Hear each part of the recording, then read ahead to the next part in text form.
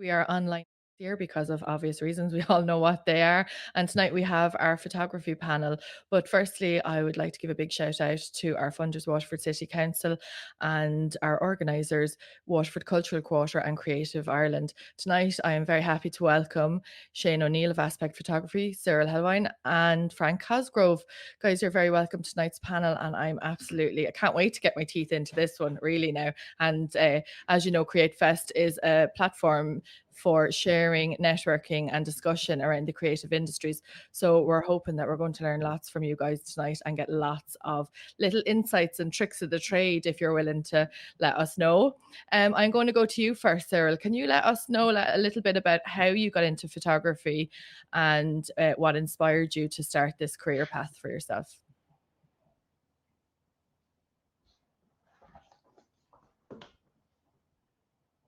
Can you hear me?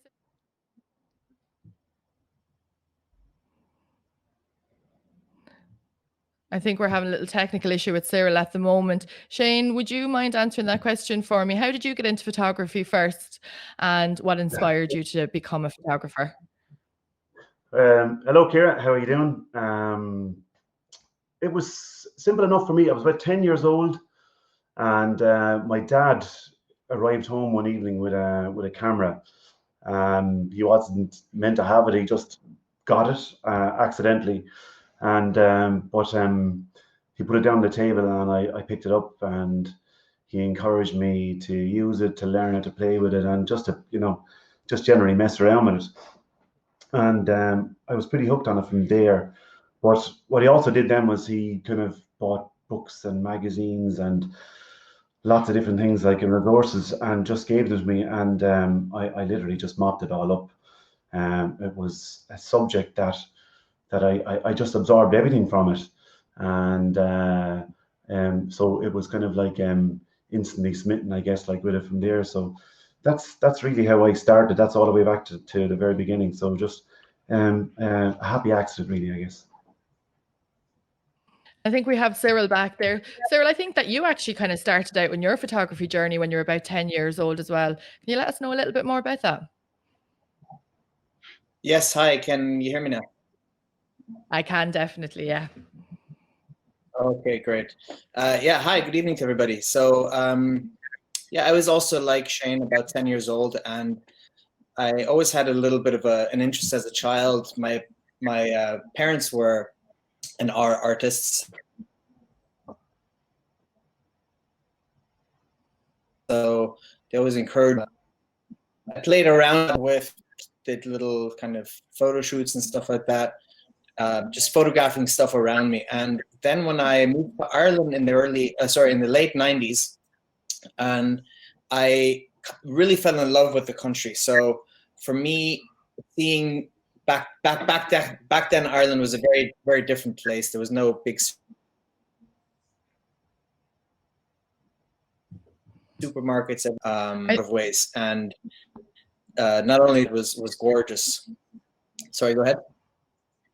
I just think we're having a little bit of a connection problem there at the moment, Cyril. So I think while Colin tries to sort that out for you, would you mind answering that question for me, Frank? What brought you to photography?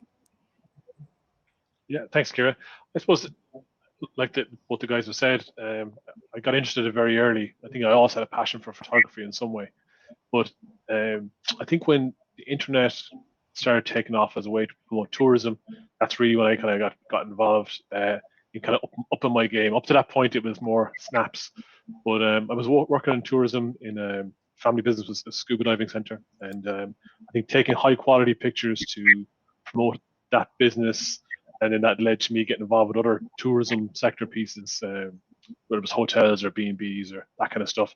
And that whole experience of someone giving me something to do from whether it was a web page, whether it was advertising material, that challenge, I suppose, forced me to learn new tricks and also to try and show off their business in the best way. So sometimes you need that motivation to step out of your comfort zone. It's always good to kind of step out of the comfort zone. Shane, what about yourself? You have a very successful commercial side to your business aspect, photography. How did your path head that way? How did you head into that end of photography?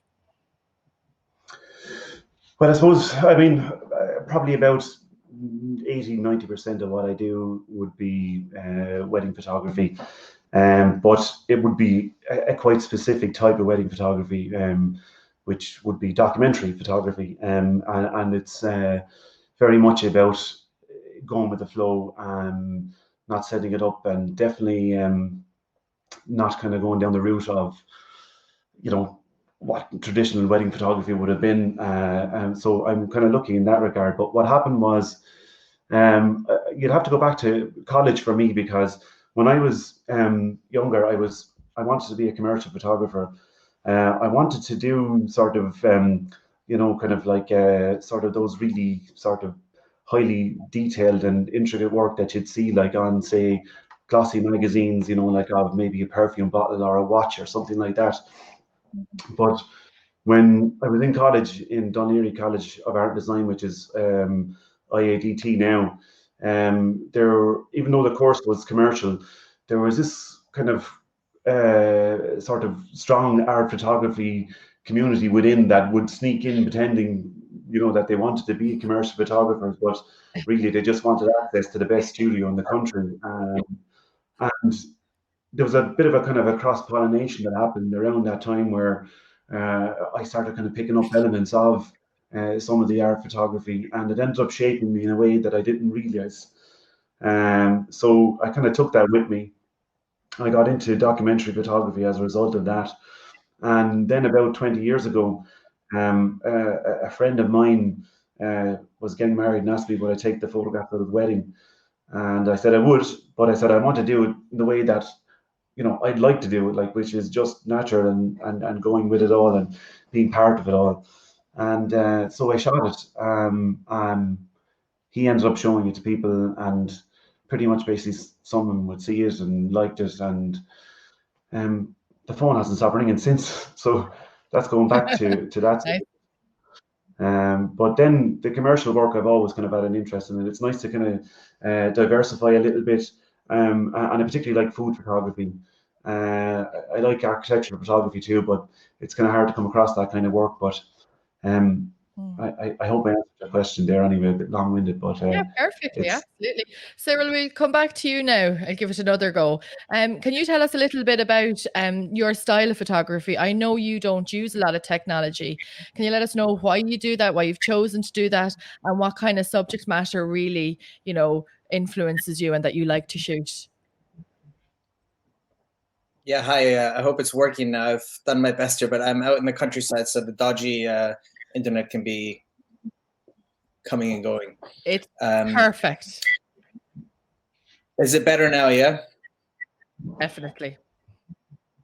Okay, that's great. So yeah, to answer your question, I love shooting film, and for me, there's a lot more challenges to and a lot more magic to photography when you don't immediately see what you're getting by looking at a digital camera.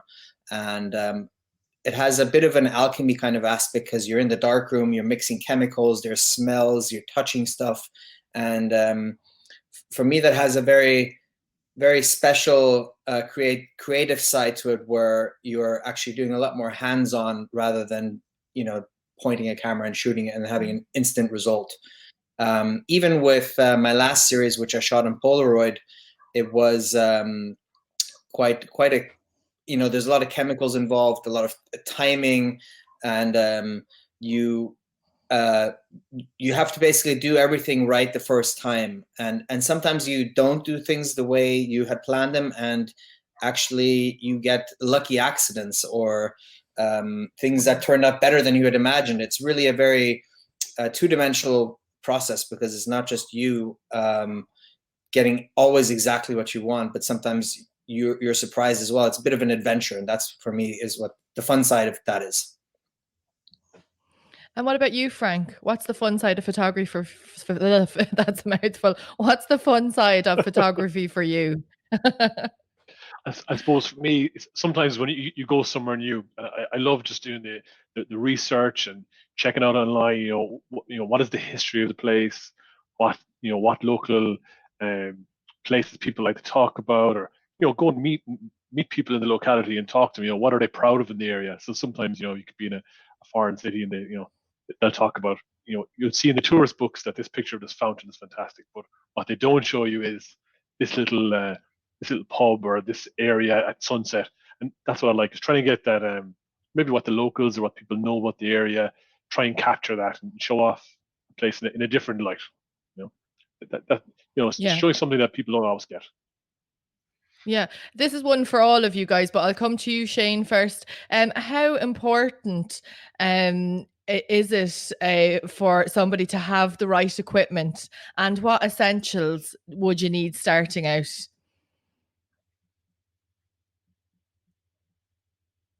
When I go on holiday, say for instance, I'll take one camera and one lens with me. And I'd often take a camera that, if it gets stolen, I don't mind, because it, so in other words, it's probably old, 6, 7 years old. So it's really not at all important. It's nice to have new stuff, and it's nice to keep up with the latest tech and all that. And I'm certainly guilty of that side of things. But say the last 18 months or so, my go-to would be a Nikon D750 and a 50mm 1.8 lens, and you'd buy the two of them together online for about 500 or 600 quid, sometimes if you have too much equipment, you're dragged left, right, center. You want to use it all, and do you overuse it? Whereas if you just have just the bare minimum, just to learn, just to get up and running with, then you can kind of concentrate on that only. And you're better off just to really just have a minimal amount of gear, I think, definitely. Yeah. Would you agree with that, Cyril? What would you suggest somebody kind of starting out would be the right bit of equipment for them? Yeah, I agree with everything that Shane said. It really, the equipment is secondary. It really depends on your project, what you're doing. Sometimes you need a very specific type of camera or lens to be able to do what you want. But starting out, you can play around with anything. It could be a Polaroid camera. It could be a cheap a point and shoot camera, or one of those those holiday cameras that you can throw away, those cardboard yokes. My first camera was a Yashica, which was quite, I think for its time, very advanced. It allowed you to take 2 photographs per frame on the film. So for a 24 frame film, I was able to get 48 pictures off it. So that was kind of fun. And quality wise, they were brutal. They were very bad, but that wasn't the purpose back then. And Frank, what about yourself? What do you think, would be the ideal piece of equipment starting out? Yeah, I guess you get asked that question all the time, and I often talk to people about just using the phone they have in their pocket, because often just by adding a certain app, it allows them to get some extra manual controls. So starting off with even a good camera phone is a great starting point. But if you want to go above that, you don't have to go very, very expensive. I think there's definitely diminishing returns as you go higher and spend more money. You don't get that big a boost in the quality of your pictures, or it's actually more about what it is you're taking a picture of. So I think I also recommend people you're starting off with the first camera, don't spend any more than 400 or 500 euros if you want to get a dedicated camera. Craig on Vimeo is asking, what advice would you have for someone fresh out of college? What would be the first steps to make it as a photographer? Cyril, do you want to take that one first? Yes, sure. My advice would be to stay active and to always find something that you can find you are interested in, and to create that interest yourself, and just be active. That's the main thing. Don't let don't just sit at home because you haven't got any ideas. Get out there and bring your camera and just point it at things and start shooting. And sooner or later, your ideas will start coming to you. For myself, I often find that when I'm doing a photo shoot, a creative photo shoot especially, the next ideas or the next shoots come while I'm photographing or while I'm shooting. So I think to not be sitting on your arse at home, wondering, oh, what should I do? What should I do? I haven't got any ideas. That's the worst thing you could do. And Shane, what were the first steps that you took coming out of college, and what advice would you give to somebody that's looking to break into this industry? Get a job. Number one. So I really mean that. I mean, yeah, unfortunately, or fortunately, whichever way you want to put it. I mean, if you want to be a photographer, a commercial photographer, if you want to be paid to do it, you're going to have some kind of customer service skills about you, or learn how to deal with people. And so I kind of inadvertently learned through various customer service jobs that I had after I left college. And then one I got, well, I was very, very lucky, was I got the job working as the photo lab manager in Mulligan's Chemist on Barnstrand Street, which was great because I still was involved in photography. It was definitely in the days when analog 35mm were at their peak still. Digital was just creeping in. But if somebody needed advice downstairs, I had to go down and I had to deal with them, and they gave me training on how to do things the right way. And it's something that I use today still, like having that customer service element, like, I mean, is essential. And I know it sounds a little bit kind of boring, and but it is important, and I don't think that enough photographers have that nowadays, or have that element. Like, do a job like that, and then kind of do your nixers at the weekend, or and build it up from there, basically. Do your own work, whatever you want to do, basically. Like, but just, it's a good grounding, and you're also kind of, you keep on paying the bills as well, which is really handy. Important. What about you, Frank? What advice would you have to somebody who's just coming out of college or is looking to get into the photography industry? Yeah, I suppose, it is very, very difficult at the moment, because so many people do think that their work is worth a lot of money, so it's very competitive. And sometimes people say to you, why should I pay you to do a job when I can do that myself, or my son has a camera, he can do that for me. So it is quite hard. But what I think, just practicing your trade. I mean, you practice, find a location or a style you like, continually practice it.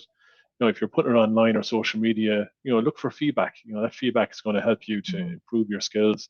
But also, reaching out to people. I found reaching out to people now on social media, in particular, if you like a style or you like a photograph and you don't understand how it was captured, reach out to them on social media, ask them the question. I think a lot of people actually love that feedback, and they thrive on it, because they like to give that bit back. So yeah, practice, unfortunately, is the way to go to improve your skills, and that'll help you build your network. Yeah. Frank, you have a huge social media following. Do you have any tips? I think these days it's becoming more and more evident that social media is something that we all have to get into. It does benefit us in ways. How do you think that you have managed to garner such an audience, and how important do you think social media is today in the photography world? Yeah, I suppose just on garnering the audience, for me, I'm also very conscious about maybe when I'm doing photographs where there's something going on in the media. So an example, I suppose, last year I did a lot of pictures in Tokyo during cherry blossom season, and those pictures then got a lot of recognition in the media in Tokyo. I got onto a lot of news sites and stuff, and that stuff. I think in Ireland it's actually very hard to drive a large audience. It's easier in other countries because they have that larger population base.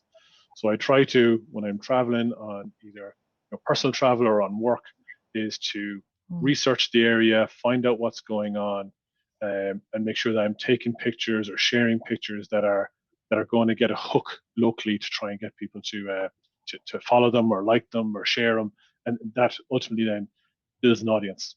The second part of your question, I guess, on how important it is, by building that audience, then it's helped me to get other work, or to link in with some of the companies involved in photography. So, I do some work with some of the drone manufacturers or some of the camera manufacturers, and that can be just sending me out a camera to test or try or give them feedback, and sometimes it can be other, it can be other travel to take photographs in a certain area to try and highlight maybe a new feature. So if, for instance, it was a smartphone that had some super zoom feature, then I'm going to take pictures that highlight that. And I don't think that's possible for me to get that work without, that larger audience to kind of validate that what I'm doing is correct.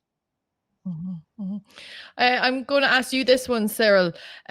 With people having phones now and everybody thinking that they're a photographer, what is the difference? Like, what makes a photographer between somebody who's just taken 1,000 photos and got that one good thing out of it?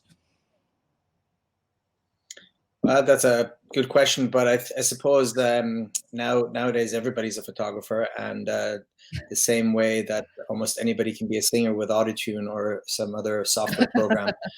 But look, I have no qualms about people calling themselves photographers if they are starting out. Everyone has to start somewhere, and I'm not. It's not a competition for me to who has the better photographer or the better skills or anything like that.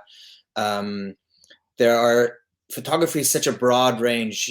There's so many different ways and forms and aspects to it that you can't just lump it all into one big thing.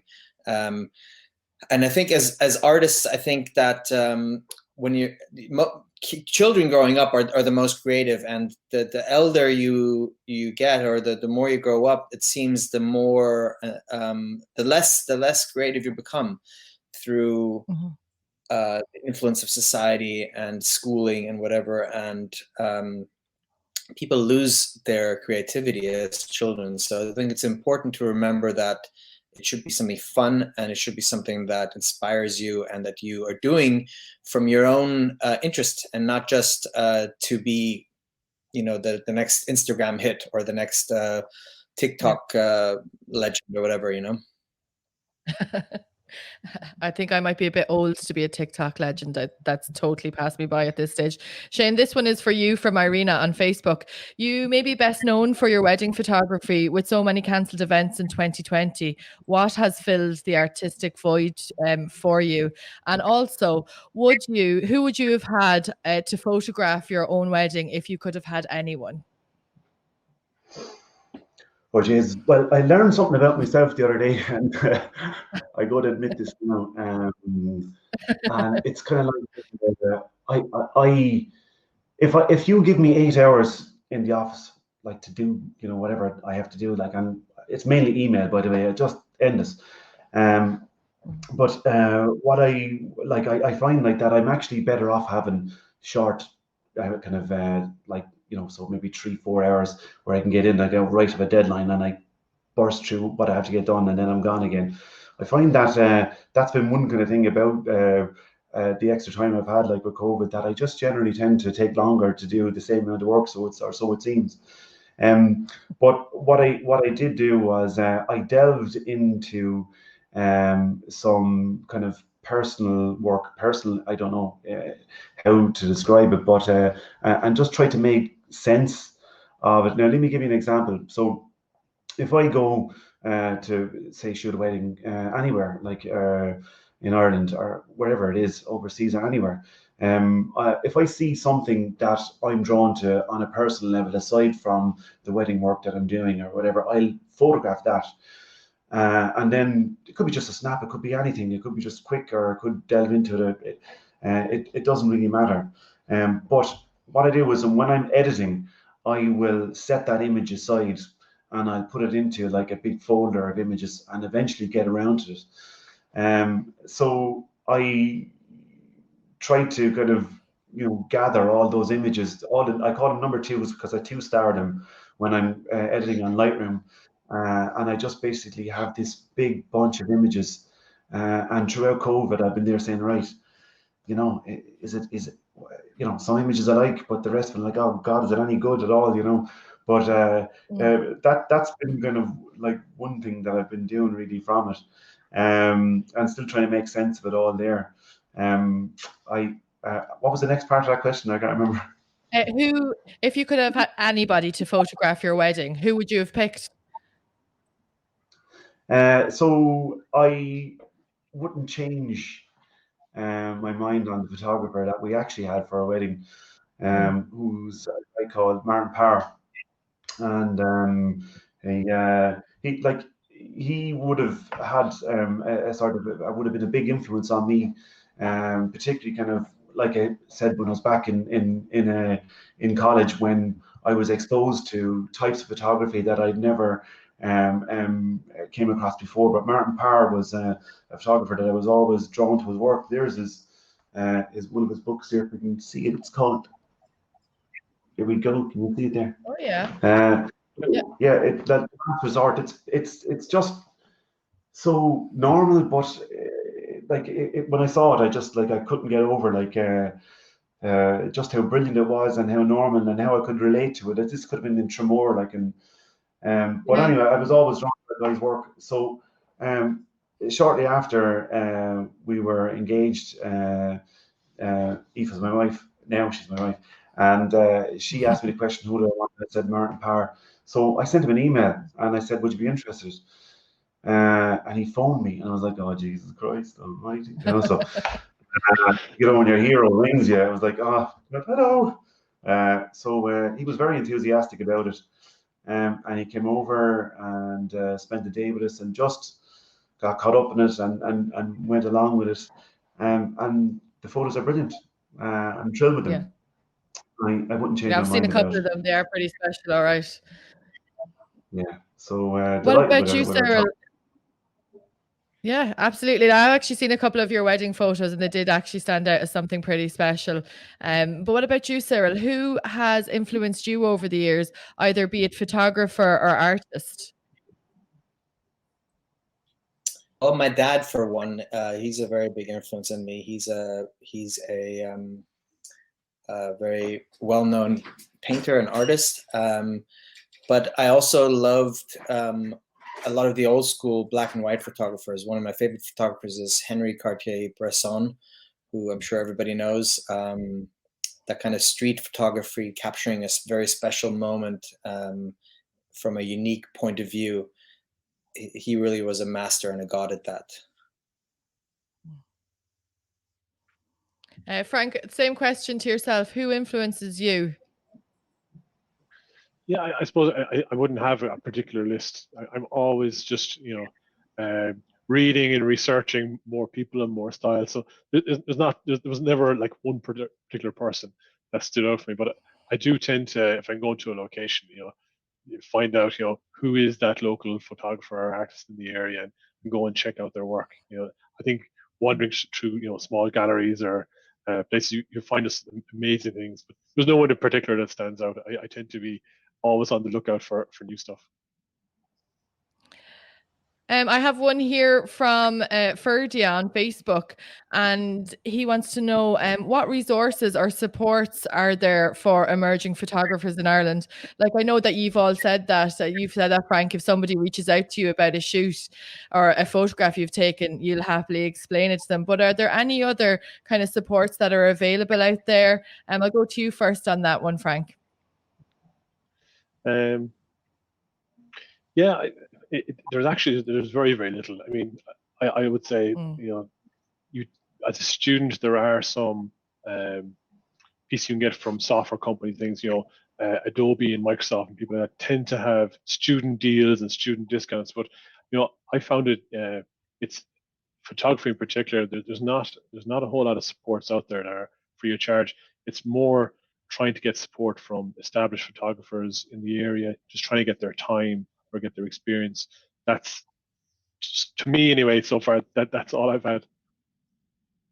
Shane, would you have any little ins or supports that might be available to people? I know at the moment the government in Ireland has extended a lot of supports to, I suppose, what would be considered the more traditional fine art practices and, music and that. I think sometimes photography gets lost as a considered art form. So is there any little, things you found out over the years or ways that you've been supported as a photographer that might help other photographers? Yeah, I mean, I don't know of any kind of specific, I guess, from that point of view, but yeah, just have to remember that, like, again, go back 20 years ago before the internet was big.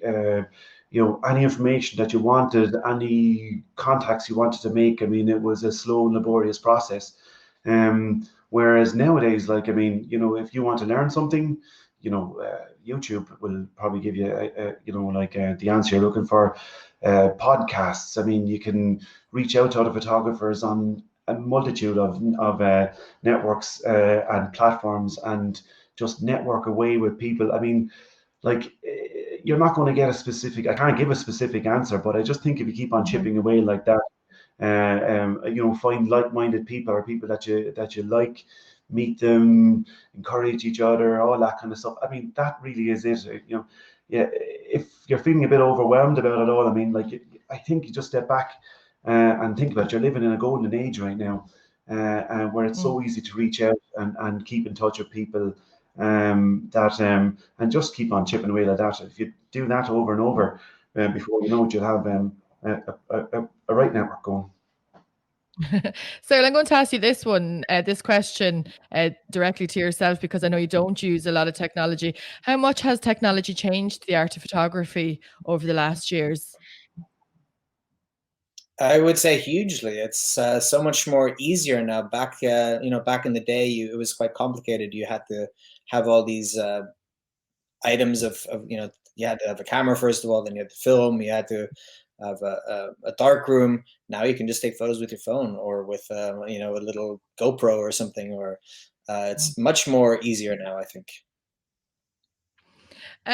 Frank, people are asking, in your opinion, what is the best camera on a phone? Okay, I suppose I have two phones, and I must say, when I am changing my phone, I do look to see, you know, what one has the best camera. And you'll see often, if I change my phone, I'm when the first post a picture going, okay, this is the quality on my new. So I use Huawei phones for photography, and I also have an Apple phone. So I'm Android and Apple. I have both. I must say I have a P40 Pro Huawei, and the quality is fantastic. On the Apple one, then the quality, you know, every year they tend to up their game. So it's hard to, you know, I think I got burnt on the Samsung phones a couple of years ago, and that the quality wasn't as good. It was too vivid. The colors weren't right, so I moved away from those. But yeah, Ciara, it's one of those ones that an ongoing debate. You see it online, people There's no right slagging each answer. other about the phones they have. There's no right or wrong. So I'm kind of a foot in each camp. Yeah. Elaine wants to know, and I'm going to go to you, Shane, first, and I'll come to the rest of you, so you can be thinking on this one. Any pointers on how to get more exposure for your work, especially internationally?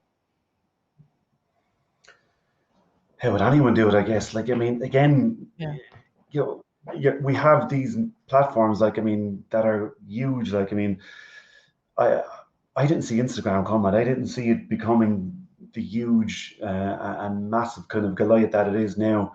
But yes, like, the power of a hashtag, you know, like, where you know, you can really go down a rabbit hole, like, I mean, and by pressing a hashtag and going through it. I mean, like, that's really kind of all I could suggest if I was going to do it that way, unless you're going to reach out to someone specifically, or I wouldn't be the greatest, shall I say, like, I mean, to kind of to use the technology in that particular manner. And I definitely think that Frank would be the one to answer this question as well. Like, I mean, so, but that's what I would go Go anyway. for it there, Frank. I suppose I think I mentioned earlier on just about, you know, when I was in Japan, for instance, cherry blossom. But you know, I've done things like, you know, the Rugby World Cup last year. I was taking pictures in Japan also. I was in China. There was a big religious festival. India the same way. Just trying to get pictures that are topical in those countries. I would say though, just even if you're in Ireland, taking pictures, and if you can, you know, your tagging and your hashtags are very important. But people that have supported me that are Irish and have a global audience would be like Tourism Ireland, the Wild Atlantic Way, and there's also, you know, there's other big hubs. By tagging them or making contact with them, they help to get your pictures out. You know, they're going to put the picture on their profile and tag you. And I found that sometimes when, you know, one of these hubs may share your picture, you'll then end up getting a lot of people bouncing back to you. So it is difficult in Ireland to get that global audience without travel, but those hubs can really help. Cyril, would you have any advice for people on how to get? I know you've had a couple of exhibitions abroad and in America. Would you have any advice on how people can get their work seen internationally? Would you like to have a go with that one? Yeah, sure. I mean, just to add to what the lads have already mentioned, you've got all the tools of the internet now to reach pretty much anyone around the world at the click of a few buttons. And what I would say is, don't give up, keep trying, and the more you increase your number of emails, number of letters, number of phone calls, the more eventually will come in. So the higher your communication is going out, eventually somebody's gonna respond, and you don't be disheartened if you don't hear anything back after the first 100 emails. Keep going. And like my first exhibition myself that I had was just me and a buddy, and we said, we're just going to do this, and we didn't have a gallery. We just found a space and framed everything ourselves. We hung everything, we printed it all, we did everything. We were basically the gallery, and it turned out to be a huge success. So don't give up and keep going. I'm going to direct this one to all the panel. I'll come to you, Shane, first. You do a specific type of photography. Is that the area you wanted to work in? And do you see yourself maybe evolving into a different area or moving in the coming years? Yeah, I mean, I never wanted to be a wedding photographer, but it just so happened that that's the way it went. But I was lucky because I ended up doing a type of photography that I didn't expect would, prove popular for me. So I consider myself to be very, very lucky. I basically do what I want to do, and people will still pay me to take photographs for them. But yeah, I mean, of course, I don't do the hungry artist too well. I need to work, and I'm always looking to kind of diversify and see how things are going to go. I do. I mean, I don't. I mean, I do see myself switching and or at least kind of trying to open up a little bit more. Like COVID has sort of shown me, and a lot of other people like me too, that you can't be over aligned in any one area. But part of me has always liked anyway, just kind of spreading out and doing different things. But I could certainly see myself kind of branching a bit more into commercial photography, and I'd like to kind of maybe explore food photography a bit more and see how far I can kind of go in that direction, because it's something that I quite like a lot. And what about you, Cyril? Is there something that you would like to look into that you haven't yet got there, or where are you going to explore next with your photography? That's a good question. I always try to reinvent myself and change my style so I don't get stuck in a rut. And I switch back often between black and white to color photography. Then I'll go to a digital format. Then I'll go to a medium film format again. So I like to always kind of reinvent myself and give myself new challenges and new areas to play in so that it stays fun. And I also this sounds really boring now, but I do a lot of reproductive photography to help pay the bills. So this is I have a medium format digital Hasselblad, not to get too technical now, but it's a 200 megapixel camera that is very specialized and pretty much can only do that thing by itself. So the more skills you have, the better, and the more likely you are to be active in many fields. And the more sources of income you have, the more likely you are to stay afloat and not be that starving artist. Continue. Keep going with your passion. What about you, Frank? Where do you want to go with your art, your photography? Yeah, I mean, I think at the moment this year I seem to be doing a lot of landscape stuff. I think COVID has trapped us all staycation wise. That was the genre I fell into this year. I think in the future I would definitely like to try my hand. That's more macro stuff. Definitely maybe some astro stuff. I've been talking to people recently about it. So I mean, there's so many different styles and things that, especially things like astro and macro, that they're a bit more technical, and there's that bit to learn. And I think when there's something to learn, there's a hook, there's an interest. You're always going to get some good feedback off it if it works out. If it doesn't, hey, there's more genres to explore. But yeah. Frank, there's a question here for you specifically.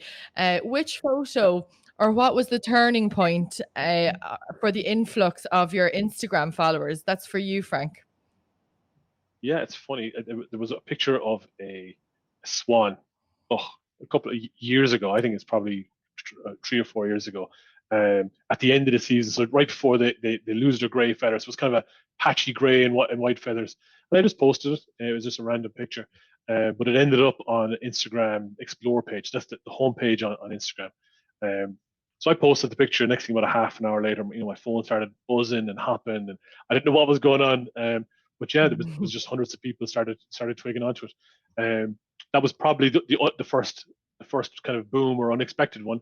And then other ones, I suppose, I was always surprised when you're traveling that the amount of people that are on Instagram.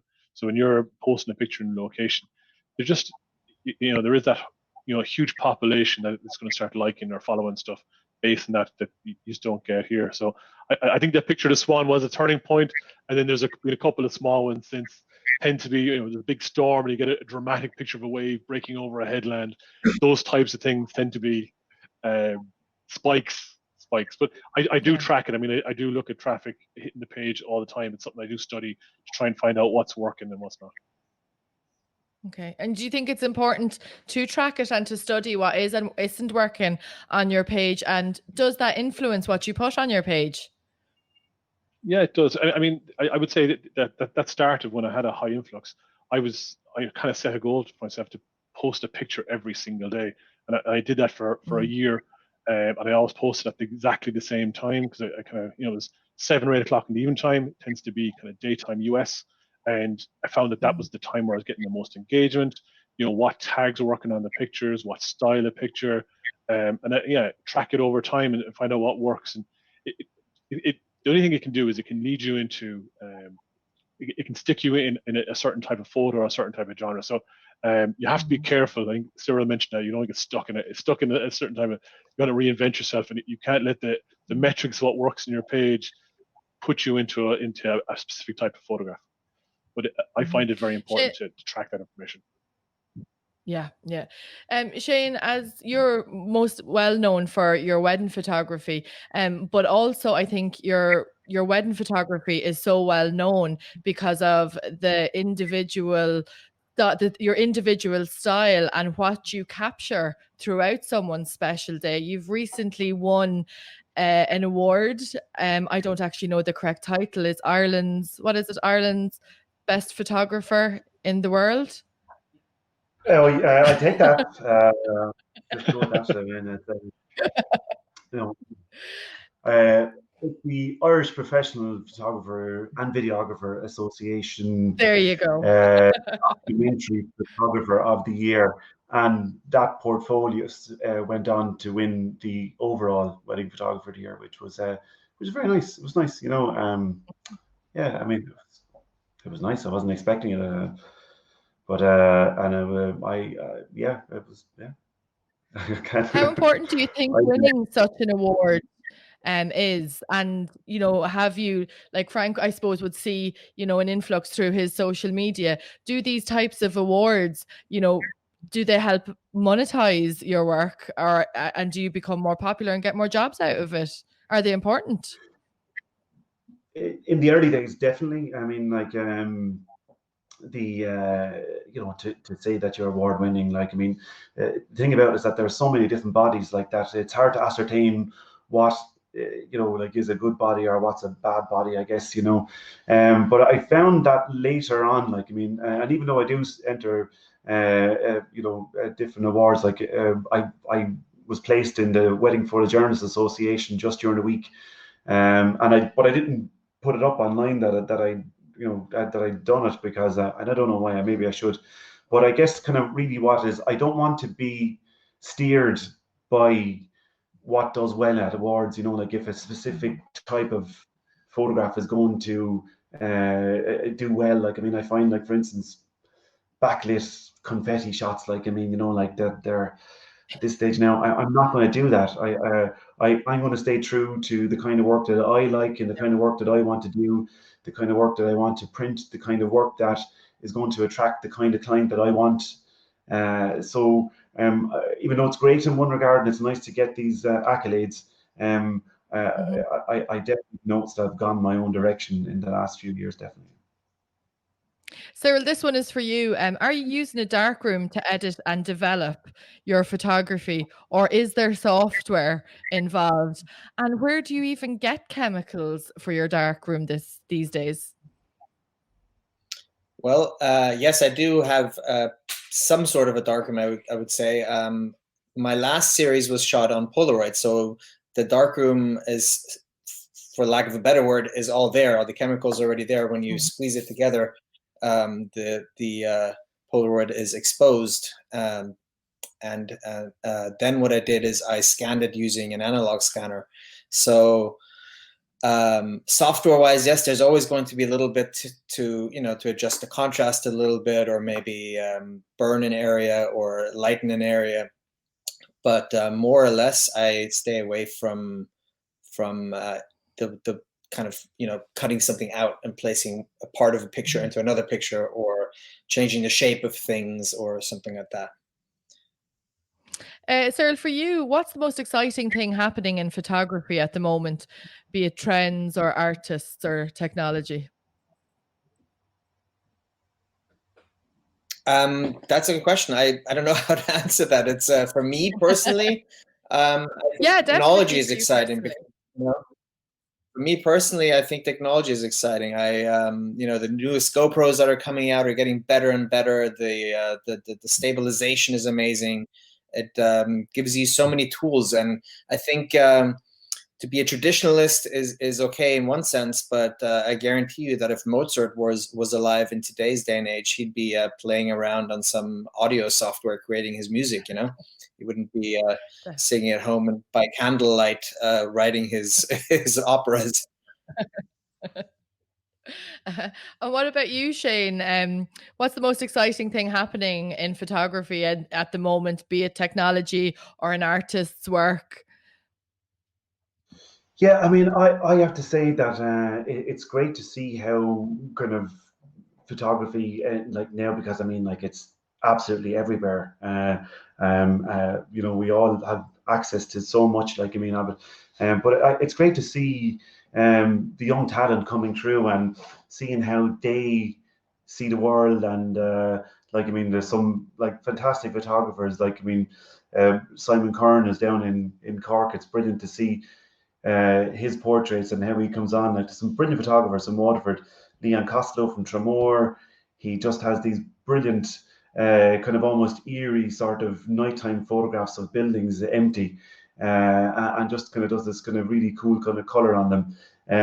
There's another guy locally. His name is Luke Hennebury.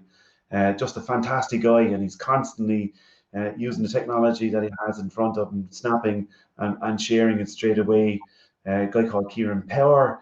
He uses film an awful lot. He's just a kid, but his just work is so unique and glorious to look at.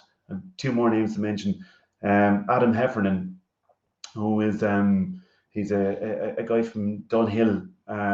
Shoots with a lot of film as well, but just ridiculous talent. He's barely 21, and when I look at him, I go, my God, I mean, there's photographers who are in their 60s and they don't have what he has, So that's where I kind of, what I think is exciting,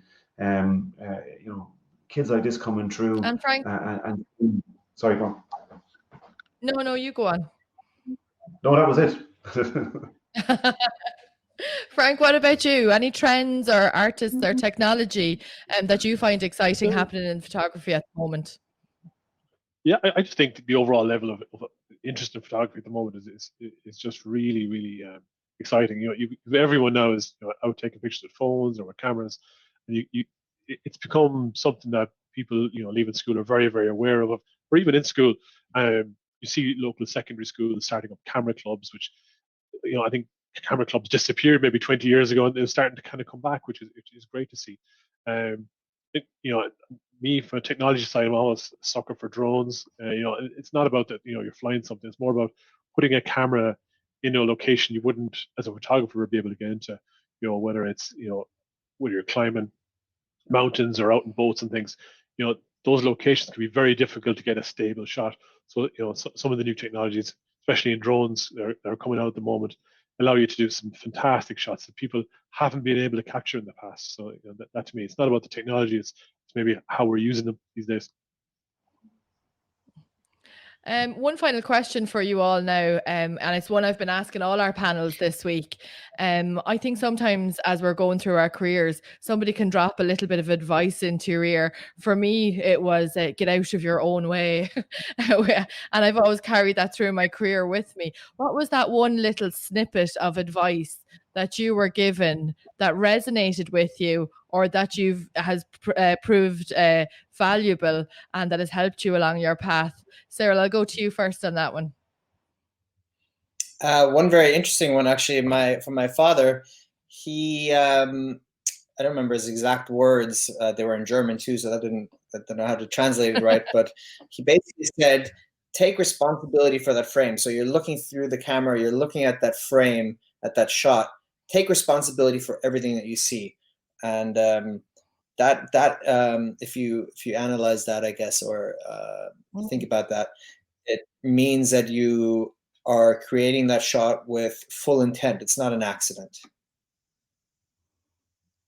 Do you think that he was saying you are the owner of that frame, in a sense? No, it's not about owning necessarily. It's about being responsible for it. Like, be causative and think about how you're framing it. Think about what you're putting in there. Think about the distance. Think about what you're creating. Don't just don't just point it at and randomly snap away and then expect something to happen out of the blue. You have to be the one that's the creator. I think your dad has probably nailed there the difference between the photographer and the artist and the people just snapping on their phones. What about you, Shane? What is your piece of advice that has stuck with you and that you'd like to impart on us tonight? Develop your eye before you develop, your technical abilities. Would be kind of a big one for me.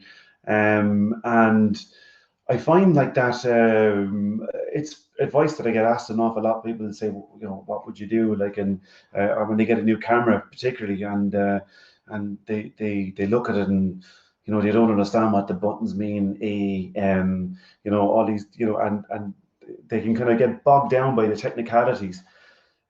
Whereas like the camera companies, they put all of their research and development money into they just want you to turn it on. And they'll take care of all the rest, put it in full auto mode. So just, be whimsical, get out there, develop your eye. Don't get bogged down with all the technical stuff. That'll happen in time. There'll come a time when, you'll see, like a shortcoming in a photograph and how you could have addressed it. And that's how you learn. You learn from your mistakes, or you learn from that side of things. Like, but just turn the camera on. Take photos, develop your eye first before you develop the technical side of things. And Frank, what's your piece of advice that you'd like to give us all tonight? Yeah, so someone said to me, instead of spending all your money on buying the fancy camera or fancy tripod, is how about spend the money on travel to go and see new places, see other places, and then take the pictures with a cheaper camera. There's still going to be great pictures. But don't get bogged down and spend all your money on fancy kit. The main thing is to actually get out, practice your trade, see more sites, see more locations. And that, to me, I always try to remember that you see some fancy new camera or lens that's very expensive. You know what? They'd be better off spent on a holiday or a trip somewhere and take some pictures with the kit you already have. And I know I said that was our last question, but I think this is a really good question. It's from Matt, and he wants to know, what is your everyday camera? What's your go-to camera? I'll go to you first, Cyril, on that one. Very simple. It's the iPhone in my pocket.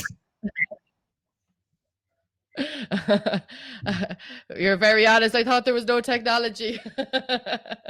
What about you, Shane? What's your go-to? Yeah, I mean, look, for crying out loud, I mean, come on, it's there, it's easy. You know what, like, I mean, again, imagine kind of, 20 years ago, being like, someone explained to you, you'd have this, that fits in your hand, that you can take a photograph, that you can send anywhere in the world immediately, how it can be shared. Just the sheer power of it when you step back and look at it and what it can do. I mean, I don't get too hung up about about how technically good they are and all that, like, but it certainly is brilliant, just have something that you can, like, help you remember something or a story, or you can use it in so many different ways. But yeah, the phone, unfortunately. And you, Frank, are you the phone too? I also have the phone with me, and sometimes the phone is very useful, right? So you see something, you snap it with the phone and go, you know what? I'll go and get the big camera to get that the way I'd really like it. So I tend to have the phone with I use Sony digital cameras, so the Sony A7R4 tends to be close by most of the time, but I use the phone a lot. Gentlemen, I'd like to extend my thanks to you tonight. You've given very generously of your time. CreateFest 2020 has been brought to you by Waterford Cultural Quarter and funded by Waterford City Council, also in association with Creative Ireland. This is our last panel, but we will have another one coming up soon. So make sure to like our Facebook page to keep up to date with everything we're doing. Thanks and have a good night.